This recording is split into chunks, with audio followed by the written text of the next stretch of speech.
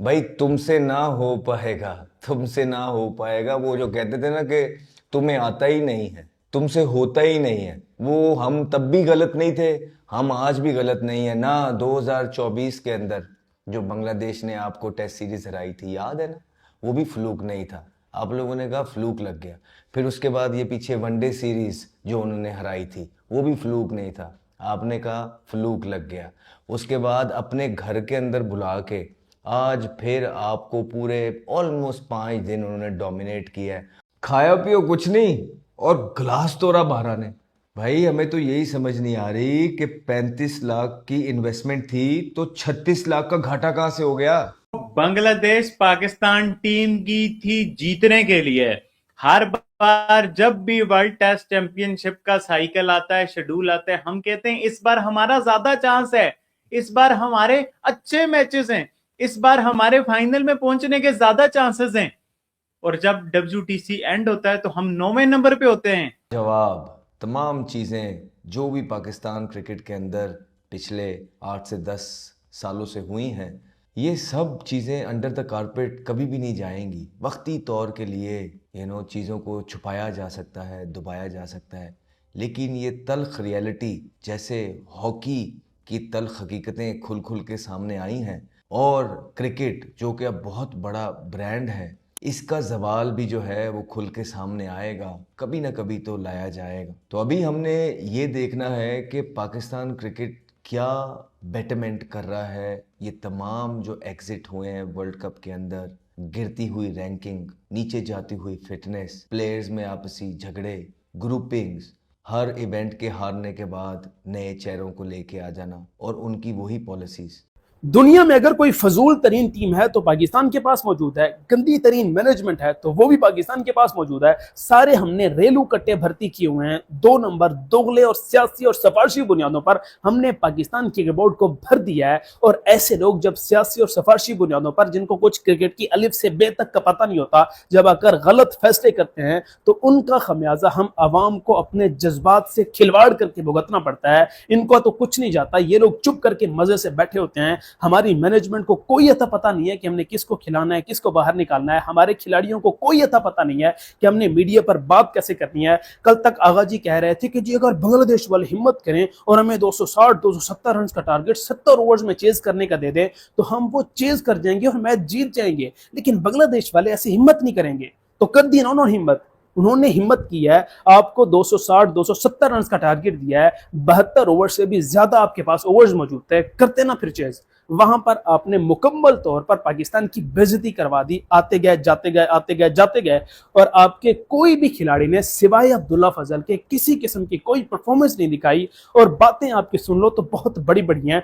तो ये तमाम चीज़ें थोड़ी सी एनालाइज करते हैं कि क्या डिफरेंस किया है हमने तब से जब हम 24 के अंदर बांग्लादेश से हारे थे, और क्लीन स्वीप बांग्लादेश ने उस टाइम पे हमें किया था और हमारे ही मुल्क में आके घुस के धाड़ के चले गए थे। और ये एक ऐसा मंजर था एज अ क्रिकेटर मेरे लिए कि यकीन नहीं आ रहा था, लेकिन ये हुआ।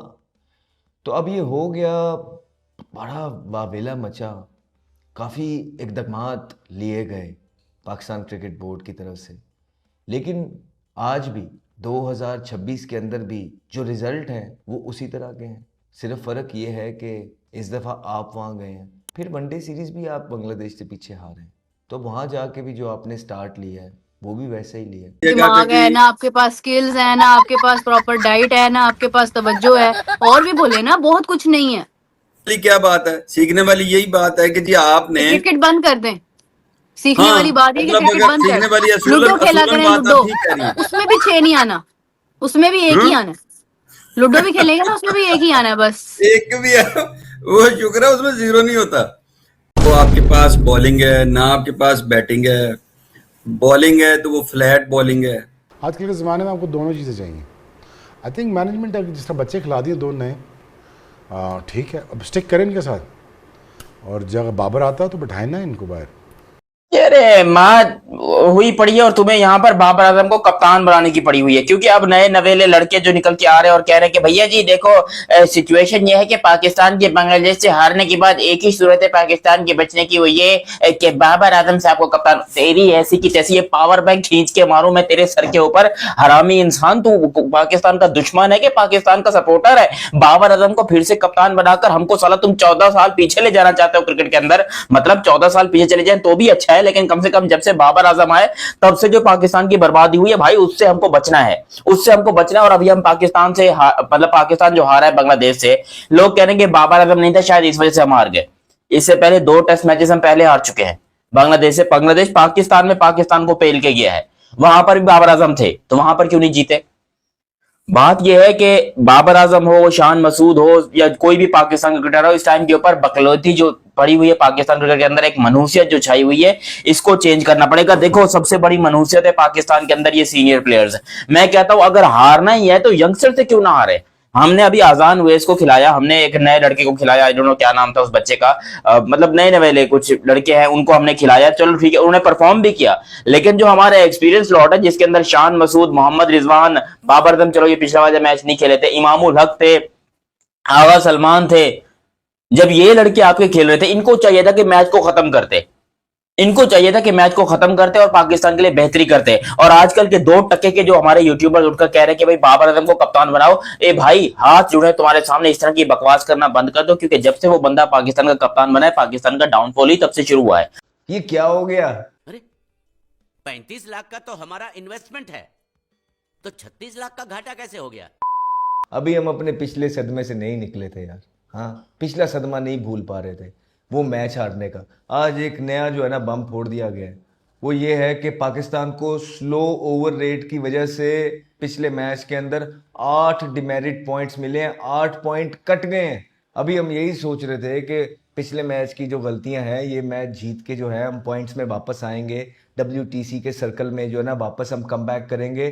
तो एक और जो है ये खबर आज आ गई है कि पाकिस्तान को 40% जो है जुर्माना हुआ है तमाम प्लेयर्स को स्लो ओवर रेट की वजह से, और फिर 8, उससे ज़्यादा इंपॉर्टेंट चीज़ है, 8 डिमेरिट पॉइंट्स, 8। ये लेवल हमारा हो गया भाई, सीधी बात है यार।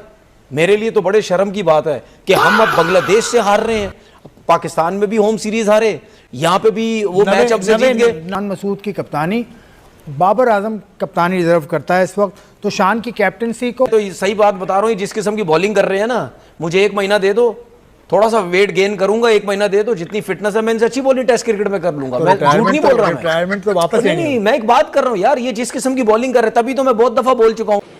अच्छा, फॉर्मर तो शायद नहीं है, दोबारा शायद वापस आ रहे हैं। ये नहीं, वापस तो आ रहे हैं, वो तो आपकी ख्वाहिश है ना। नहीं, मेरी ख्वाहिश है या नहीं है, लेकिन मैंने सोचा कि आप ना बोलने कहीं परफॉर्म करो, कहीं पर आ जाओ। ग्रेड 2 भी चल रही है अभी, तो ग्रेड 2 चल रही है किसी टीम में। मैं नहीं चाहता कि अगर मैं दोबारा क्रिकेट में आऊँ, जो बच्चे हैं वो क्रिकेट छोड़ के चले जाएं। यार देखिए यार, ये आगे हैं तो हमारा फायदा भी नहीं, लोग खुश होंगे कि यार इससे एक तरफ से जान छूटी, अब ये बोलेगा नहीं। नहीं, ऐसा हो ही नहीं सकता, मैं खेल के दोबारा आ जाऊंगा यहाँ पे। चले। जय हिंद दोस्तों, स्वागत है दोस्तों। पाकिस्तान के former ex cricketer Ahmed Shahzad ने पाकिस्तान की धागा खोल दिया, जमकर पिलाई किया है। जिस तरह से पाकिस्तान क्रिकेट टीम लगातार लचर प्रदर्शन करते हैं, चाहे T20 वर्ल्ड कप हो, एशिया कप हो, चैंपियन ट्रॉफी हो, हर मैच में इनकी जिस टीम को हार मिली है, उसे देखते हुए अहमद शहजाद का कहना बिल्कुल जायज़ है कि पाकिस्तान का क्रिकेट अब पूरी तरह से ख़त्म हो गया है। जिस तरह से छोटे छोटे टीमों से हार रहे, वर्ल्ड कप में जिम्बाब्वे जैसे टीमों से हार गए, नीदरलैंड टीम इसको हराते हराते बच गए, और एशिया कप में जिस तरह से हार मिला, T20 वर्ल्ड कप में सेमीफाइनल तक नहीं पहुंच पाए, चैंपियन ट्रॉफी हार मिला, बांग्लादेश जैसी टीमों से लगातार हार रहे। 2024 में इनके घर में ही बांग्लादेश की टीम इन्हें 2-0 से हराकर चला गया। उसके बाद जिस तरह से इन्हें वनडे सीरीज, T20 सीरीज में हराया, और बांग्लादेश और पाकिस्तान के बीच हो रहे 2 टेस्ट मैचों की पहले ही मैच में जिस तरह से इनकी पिलाई हुआ है, उसे देखकर मोहम्मद शहजाद ने कह दिया है कि हमारे यहाँ के प्लेयर कुछ काम के नहीं हैं। मतलब बिल्कुल भी इनमें क्रिकेट खेलने की योग्यता नहीं है, कहाँ से मुंह उठाकर क्रिकेट खेलने आ गए हैं। दोस्तों, एक समय पाकिस्तान की टीम बहुत तगड़ी हुआ करता था। शोएब अख्तर, यूनुस खान, मोहम्मद यूसुफ, शाहिद अफरीदी, सलमान बट जैसे बड़े बड़े क्रिकेटर थे। उस समय ये काफ़ी टक्कर देते थे, ऑस्ट्रेलिया जैसी टीमों को हराने की क्षमता रखते थे। लेकिन अब जिस तरह से इनका क्रिकेट नीचे स्तर पर आया है, ये Bangladesh, Japan, Uganda, Zimbabwe, USA जैसे टीमों से हार रहे हैं।